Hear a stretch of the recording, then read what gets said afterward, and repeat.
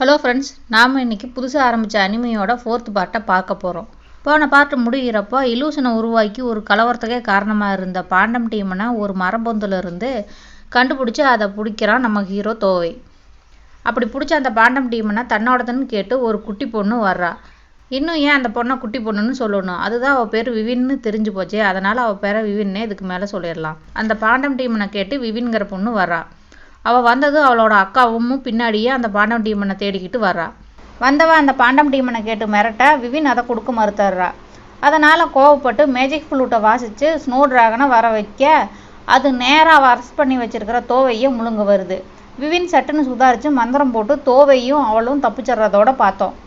அப்படியே தொடர்ந்து பார்க்கலாம். விவின் மந்திரம் போட்டது தோவையும் அவளும் தப்பிக்கிறதுக்கு மட்டும் இல்லை, ஆக்சுவலாக அங்கே இருக்கிறவங்க எல்லாருக்கும் டிராகனால் ஏதாவது பெரிய ஆபத்து வந்துடும்னு நினச்சவ அவளோட சேர்த்து தோவை, அவளோட அக்காவோட டிராகன் கூடவே அந்த பாண்டம் டீமன்னு எல்லாத்தையும் வேறொரு இடத்துக்கு டெலிபோர்ட் பண்ணிடுறா.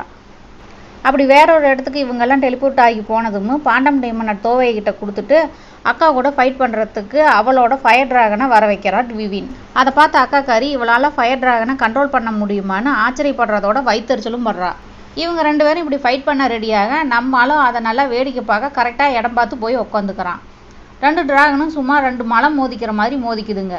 கொஞ்ச நேரத்துக்கு மேலே விவினால் சமாளிக்க முடியாமல் தடுமாறுறா. அவளோட ஃபயர் டிராகனுக்கும் அடிபட்டுருது. இதையெல்லாம் பார்த்துட்டு இருக்கிற தோவை இந்த பொண்ணு ஏன் அவ்வளோ கஷ்டப்பட்டு சண்டை போட்டுட்டு இருக்கிறா, அவள் கூட மோத முடியாத பட்சத்தில் ஏதாவது ஐடியா பண்ணி தப்பிக்க வேண்டியதானே அப்படின்னு நினைக்கிறான். அக்காக்காரியோ பாண்டம் டீமனை கேட்டு மேலே அவ டிராகனை வச்சு விவின் டிராகனை அடித்து நிறுத்திக்கிட்டு இருக்கிறா. பார்க்குற வரைக்கும் பார்த்துட்டு தோவையே இதெல்லாம் வேலைக்கு ஆகாதுன்னு விவின்கிட்ட போய் ஏதோ அவள் காதில் சொல்ல அவளும் சரின்னு தலையாட்டுறா. ஃபயர் டிராகன் ஸ்னோ டிராகனை தாக்காமல் அதுக்கிட்ட தப்பி ஓடுற மாதிரி ஸ்பீடாக போக பின்னாடியே அதுவும் ஸ்பீடாக துரத்திக்கிட்டு வருது. டக்குன்னு திரும்பி ஃபயர் டிராகன் நெருப்பை கக்க அதை எதிர்பார்க்காத ஸ்னோ டிராகன் பக்கத்தில் வந்து அதை தடுத்து ஸ்னோவை கக்குது. ஃபயரும் ஸ்னோவும் ஒன்னோட ஒன்று மோதி பிளாஸ்ட் ஆகுது.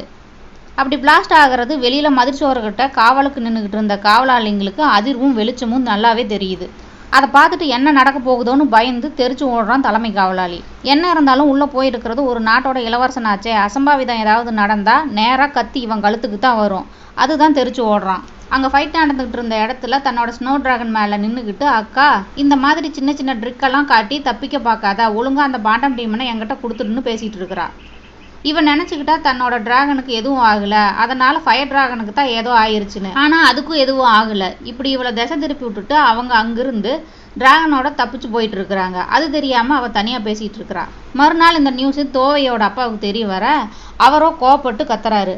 நான் அவனை ஹோம் டவுனுக்கு தானே போக சொன்னேன், என் பேச்சை மதிக்காமல் வேறொரு இடத்துக்கு யாரை கேட்டு போனான், அவனை தானே போனான், அவனே திரும்பி வரட்டும், யாரும் எந்த ஆக்ஷனும் எடுக்க வேண்டாம், அவனை தேடியும் போக வேண்டாம்னு தளபதிக்கிட்ட சொல்லிடுறாரு.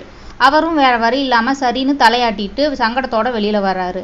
வெளியில் வந்தால் இதையெல்லாம் ராணி அங்கே நின்று கேட்டுட்டு தான் இருந்திருக்கிறாங்க. பாவம் மகனை நினச்சி பரிதவிச்சு போகிறாங்க. உடனே அவங்களோட வேலைக்கார அம்மா கிட்ட தன்னோட நகைகள் எல்லாத்தையும் தோவையை கண்டுபிடிச்சி தரவங்களுக்கு கொடுக்குறதா அறிவிக்க சொல்ல அந்த வேலைக்கார அம்மாவும் அங்கேருந்து ஓடுறாங்க. இதெல்லாம் எதுவுமே தெரியாத தோவை விவின் கூட டிராகனில் பறந்து போயிட்டு இருக்கிறான். அவனுக்கு டிராகன் மேலே உட்காந்துக்கிட்டு பறந்து போகிறோம்னு ஒரே சந்தோஷம். இந்நேரம் என்னோட ஃபோன் மட்டும் என்கிட்ட இருந்திருந்தா ஒரு வீடியோ எடுத்திருப்பேன், அட்லீஸ்ட் ஒரு செல்ஃபியாவது எடுத்திருப்பேன்னு சொல்கிறான். அதை கேட்ட விவினுக்கு எதுவுமே புரியல. என்ன ஏதோ புரியாத பாஷையெல்லாம் பேசுகிறேன்னு சொல்லி கேட்குறா. அதை பற்றியெல்லாம் உனக்கு சொன்னாலும் புரியாதுன்னு தோவை சொல்கிறான். எனக்கு புரியாட்டியும் பரவாயில்ல, டிராகனை அழுத்தி பிடிக்காத, அதுக்கு அடிபட்டு இருக்குது, அப்புறம் நம்ம கீழே விழுந்துருவோம்னு பயந்துக்கிட்டே சொல்கிறா. நடந்த சண்டையில் ஃபயர் டிராகனுக்கு அடிபட்டுருச்சு போல. அவள் சொல்லி முடிக்கிறதுக்குள்ளேயே வழிதாங்காமல் டிராகன் பறக்க முடியாமல் கீழ் நோக்கி வேகமாக போகுது. இவங்க 2 பேரும் டிராகனை பிடிக்க முடியாமல் அதிலிருந்து கீழே விழுந்துடுறாங்க. கட் பண்ண அடுத்த சீனில் கொஞ்சம் நேரம் கழிச்சு கீழே விழுந்து மயங்கி கிடந்த தோவை மயக்கம் தெளிஞ்சு கண்ணு முழிச்சு பார்க்குறான். கண்ணு முழிக்கிறப்பவே விவினோட அழுகு சத்தம் தான் முதல்ல கேட்குது. எந்திரிச்சவன் எங்கே இருக்கிறோம்னு பார்க்குறான். எந்த இடம்னே தெரியல, ஏதோ திக்கு தெரியாத காட்டுக்குள்ளே வந்து மாட்டிக்கிட்டோம் அப்படிங்கிறத மட்டும் புரிஞ்சுக்கிறான். அப்புறமா எந்திரிச்சு போய் விவின்கிட்ட என்னாச்சுன்னு கேட்க டிராகனுக்கு அடிபட்டுடுச்சு, என்னால் அதை சரி பண்ண முடியலேன்னு அழுதுகிட்டே சொல்கிறா. அதை கேட்டவன் சரி அழுகாத, கொஞ்சம் நேரம் கழிச்சு அதுவே சரியாயிரும்னு சமாதானப்படுத்துகிறான். அதுக்கப்புறம் 2 பேரும் தண்ணி இருக்கிற இடம் தேடி கண்டுபிடிச்சி கைகால் முகமெல்லாம் சுத்தம் பண்ணி கழுவிக்கிட்டு தாகந்தேரம் தண்ணியும் குடிச்சுக்கிறாங்க. இவங்க கூடவே அந்த பாண்டம் டீம்னு இருக்குது. தோவை அவன் காலில் இருந்து சூவை கழட்டி அதை நல்லா தண்ணியில் கழுவிட்டு அதில் தண்ணியை உண்டுக்கிறான். அதை பார்த்த விவின் அது எதுக்குன்னு கேட்க குடிக்கிறதுக்கு தான் அப்படின்னு சொல்கிறான் தோவை. அவன் சொன்னதை கேட்டதும் உமட்டிட்டு வருது இவளுக்கு. உச்சி முடி மறுபடியும் நட்டுக்குது. நீ உன்னோட ஷூவில் தான் தண்ணியை பிடிச்சி எப்பயுமே குடிப்பையான்னு கேட்குறா. எல்லா டைமும் அந்த மாதிரி செய்ய மாட்டேன், இப்போ வேறு வழி கிடையாது, நாம் இந்த காட்டை விட்டு வெளியில் போகணும், எல்லா டைமும் இதே மாதிரி தண்ணி கிடைக்கும்னு உறுதியாக சொல்ல முடியாது, அதனால் நீயும் உன்னோட ஷூவை கழுவி அதில் தண்ணியை முடிஞ்ச அளவுக்கு நிரப்பிக்க அப்படின்னு சொல்கிறான். ஒன்றுமே புரியல அவளுக்கு. அவன் சொல்கிறானேன்னு சொல்லிட்டு ஷூவை கழுவிட்டு அவளும் அதே மாதிரி அதில் தண்ணியை நிரப்பிக்கிறா. ஷூவில் தண்ணியை நிரப்பிக்கிட்டு எழுந்திரிச்சவ காலில் ஒரு பெரிய முள்ளை ஏற்றிக்கிட்டு கீழே விழுந்துடுறா. அதை பார்த்த தோவை வந்து அந்த முள்ளை பிடுங்கி போட்டுட்டு கட்டு போட்டு விட்றான். அதோடு இல்லாமல் அவளால் நடக்க முடியாதுன்னுட்டு அவளை உப்பு மூட்டை கட்டிக்கிறான். அப்படியே உப்பு மூட்டை கட்டிக்கிட்டு கொஞ்சம் தூரம் நடந்து வந்ததுக்கப்புறமா நான் ஷூவை கீழே போட்டுட்டேன்னு சொல்கிறான். என்ன ஆயிடுச்சுன்னா உப்பு மூட்டை ஏறிக்கிட்டு வர்றப்போ இவனை ரொம்ப பக்கத்தில் பார்த்ததால வெக்கப்பட்டு ஷூவை கீழே போட்டுட்டா. அதே சமயம் அந்த பக்கம் ஃபைட் நடக்கிற இடத்துலேருந்து தப்பிச்சு வந்த இவங்களை தேடிக்கிட்டு வந்த விவினோட அக்கா ஒரு சி மாஸ்டர்கிட்ட மாட்டிக்கிறா. சி மாஸ்டர் இவளையும் இவ டிராகனையும் முழுங்க பார்க்குது. அதுக்கும் இவங்களுக்கும் நடந்த சண்டையில் அதுதான் ஜெயிக்குது. டிராகனால் சமாளிக்க முடியல. ஏன்னா டிராகனை விட அந்த மாஸ்டர் 100 மடங்கு பெருசாக இருக்குது. அது டிராகனை பிடிச்சி முழுங்க போகிற சமயம் டிராகன் இவ்வளோ தூக்கி வீசி காப்பாற்றிட்டு அதோட வாய்க்குள்ளேயே போயிடுது. அவ்வளவுதான் ஸ்னோ டிராகனோட கதை முடிஞ்சிருச்சு போல. இந்த பக்கம் மறுபடியும் டிராகன் இருக்கிற இடத்துக்கே வந்து நெருப்பு மூட்டி உட்காந்துட்டு இருக்கிறாங்க விவினும் தோவையும். அப்போ தோவை நல்லா பசிக்குது, இருக்கிற பசிக்கு எதையாவது சுட்டு சாப்பிட்ணும் போலயே இருக்குதுன்னு சொல்ல, அதை கேட்ட விவின் நீ எதையாவதுன்னா நீ எதை சொல்கிறேன்னு கேட்க அவனோ டிராகனை பார்க்குறான். அவ்வளவு பெரிய டிராகனை என்னை சுட்டு திங்கவா முடியும்? அது கூட தெரியாமல் அவன் எந்திரிச்சு ஓடி போய் என்னமோ டிராகனை காப்பாற்றுற மாதிரி முன்னாடி நின்றுக்கிட்டு அதை நான் உன்னை சாப்பிட அனுமதிக்க மாட்டேன், இது என்னோட டிராகன், அதுக்கு அடிபட்டுருக்குதுன்னு சொல்கிறா. சரி அப்படின்னா நான் எதை சாப்பிட்றதுன்னு சொல்லிட்டு அவன் மேலே உட்காந்துக்கிட்டு இருக்கிற பாண்டம் டீமனை பார்க்க எங்கே நம்மளை தின்னுடுவான்னு சொல்லி அது பயந்து அலறுது. தோவை டீஸ் பண்ணுறான் அப்படிங்கிறது கூட தெரியாமல் அவள் இது என்னோட டீச்சரோடது, அதை தின்ன நான் அனுமதிக்க மாட்டேன்னு சொல்கிறா. இவனோ சிரிச்சுக்கிட்டே இந்தா நீ இதை சாப்பிடுன்னு ஒரு பெரிய மரம் வேற தூக்கி இவகிட்ட போட்டுட்டு நான் ஒரு வெஜிடேரியன்மா, மீட்டெல்லாம் சாப்பிட மாட்டேன், பயந்துக்காதன்னு சொல்லிட்டு ஒரு பழத்தை எடுத்து இவன் சாப்பிட்றான். எனக்கு மட்டும் குச்சிக்கோலை சாப்பிட கொடுத்துட்டு இவன் பழம் சாப்பிட்றான்னு வெளியே சொல்லாமல் உள்ளேயே பொறுமுறா விவின்னு. அப்போ ஃபயர் டிராகன் ஒரு மாதிரி உருமுது. ஒரு வேளை ஸ்னோ டிராகன் செத்துட்டு இது ஃபீல் பண்ணிச்சோ என்னவோ தெரியல. அது அடிப்பட்ட வழியில தான் இப்படி உருமுதுன்னு விவின் சொல்கிறா. ஆனால் தோவைக்கு இது வேற ஏதோ காரணத்துக்காக இப்படி உருமுது அப்படின்னு தோணுது. சரி நான் அவளை அங்கேயே இருக்க சொல்லிட்டு ஒரு தீப்பந்தத்தை எடுத்துக்கிட்டு கொஞ்சம் தூரம் போய் பார்த்தா அங்கே விவினோட அக்கா மயங்கி கிடக்கிறா.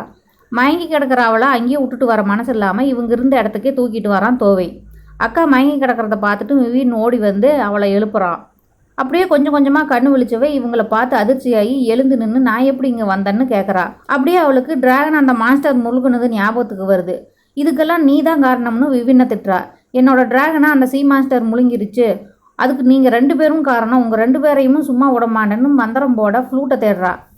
அது இவகிட்ட இல்லை. இவளை தூக்கிட்டு வரப்போவே அதை தோவை எடுத்து வச்சுக்கிட்டான். அது தெரியாமல் இவ தேட இதையா நீ தேடுறன்னு ஃப்ளூட் எடுத்து காட்டி கேட்குறான் தோவை. அந்த ஃப்ளூட் இல்லாமல் என்னால் ஸ்பெல்ஸை யூஸ் பண்ண முடியாதுன்னு நினைக்கிறியான்னு சொல்லிக்கிட்டே ஸ்பெல்ஸை யூஸ் பண்ண முயற்சி செய்ய அப்படியே பவர் இல்லாமல் கீழே விழுகிறா. தோவை அவகிட்ட போய் உன்னால் இது இல்லாமல் ஸ்பெல்ஸை யூஸ் பண்ண முடியாதுன்னு எனக்கு தெரியும், ஒழுங்காக நான் சொல்கிறத கேளுன்னு சொல்கிறான். சரின்னு பாவமாக மூஞ்சி வச்சுருந்தவ திடீர்னு ஓங்கி ஒரு எத்தி கீழே தள்ளிடுறா தோவையை. தள்ளிட்டு விவினோட உச்சி முடியை பிடிச்சி ஆட்டி உன்னோட ஆள்கிட்ட சொல்லி வை, என்னால் ஸ்பெல்ஸை யூஸ் பண்ண முடியாட்டியும் கராத்தாவில் எல்லா கலர் பெல்ட்டும் வாங்கியிருக்கேன், இன்னொரு தடவை அவன் என்கிட்ட வந்து என்னை தொட்டு பேசினானா அவ்வளோதான் சொல்லிட்டேன்னு மிரட்டிட்டு நெருப்புக்கிட்ட வந்து உக்காந்துக்கிறா. பசியில் அவளோட வயிறு கத்துது. கீழே விழுந்த தோவை எழுந்து வந்து உட்கார விவின் அவகிட்ட சாப்பிட மரவேற தர அதை வாங்கி தூக்கி போட்டுட்டு தோவை கிட்ட இருந்து பழத்தை பிடுங்கி சாப்பிட போக தோவை அவனோட காதை ஒரு கையால் பொத்திக்கிட்டு விவினோட காதை இன்னொரு கையால் பொத்திக்கிறான். என்னடான்னு பார்த்தா பழத்தை கடிச்சதும் அவள் அலறா. இது என்ன கர்மா, நீ இந்த கெட்டுப்போன பழத்தையே இவ்வளோ நேரமும் தின்னுக்கிட்டு இருந்த, வாந்தி வந்துடும் போல இருக்குதுன்னு கத்த விவின் ஒரு இலையில தண்ணி கொண்டுக்கிட்டு வந்து தர்றா. அதையும் குடிச்சிட்டு மறுபடியும் அலறா. என்ன தண்ணி இது, சாக்கடை வாசனை வருது அப்படின்னு சொல்லி மறுபடியும் கத்த அது ஷூவில் பிடிச்சிக்கிட்டு வந்த தண்ணின்னு சொல்கிறா. கடுப்பாகி தோவையை அடிக்க போகிறா. அவ்வளோதான் லிமிட்டு, எப்போ பார்த்தாலும் என்னை அடிக்கிறதையே பொழப்பா வச்சுக்கிட்டு இருந்தா எப்படி, என்னை பார்த்தா ஃபுட்பால் மாதிரியே தெரியுது அப்படின்னு சொல்லி திட்ட ஆரம்பிச்சிடறான் தோவை. அப்புறம் எதுக்கு உன்னோட ஷூவில் இருந்த தண்ணியே என்னை குடிக்க வச்சேன்னு சொல்லி இவ கேட்க பின்ன என்ன செய்ய, நல்லா சுற்றிலும் பாரு, இது ஒரு காடு, நீ ஒரு பெரிய மெசிசியன், இவ ஒரு பெரிய மெசிசியன், நான் ஒரு இளவரசன் அப்படிங்கிறதெல்லாம் இங்கே முக்கியம் இல்லை, இங்கே உயிர் வாழ இப்படி ஏதாவது செஞ்சு தான் ஆகணும்னு சொல்கிறா. அதை கேட்டு விவினுமா ஆமாம் சிஸ்டர், நீ மயங்கி கிடந்த உன்னைய காப்பாற்றி கூட்டிகிட்டு வந்ததே அவர் தான் அப்படின்னு சொல்ல அவளும் கொஞ்சம் சமாதானம் ஆகிறான். அதுக்கப்புறமா தோவை தன்னை அறிமுகப்படுத்திக்க அவளும் தன்னோட பேர் ஜோனான்னு சொல்கிறா.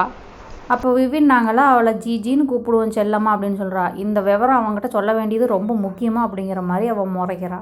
இப்படி ஒரு வழியாக எல்லோரும் நல்லபடியாக அறிமுகமாக இருக்கிறாங்க. இதோட இந்த பார்ட்டையும் நம்ம முடிச்சுக்கலாம். நெக்ஸ்ட் பார்ட்டில் என்ன ஆகுது அப்படிங்கிறத பார்க்கலாம். Thank you, tata, bye bye.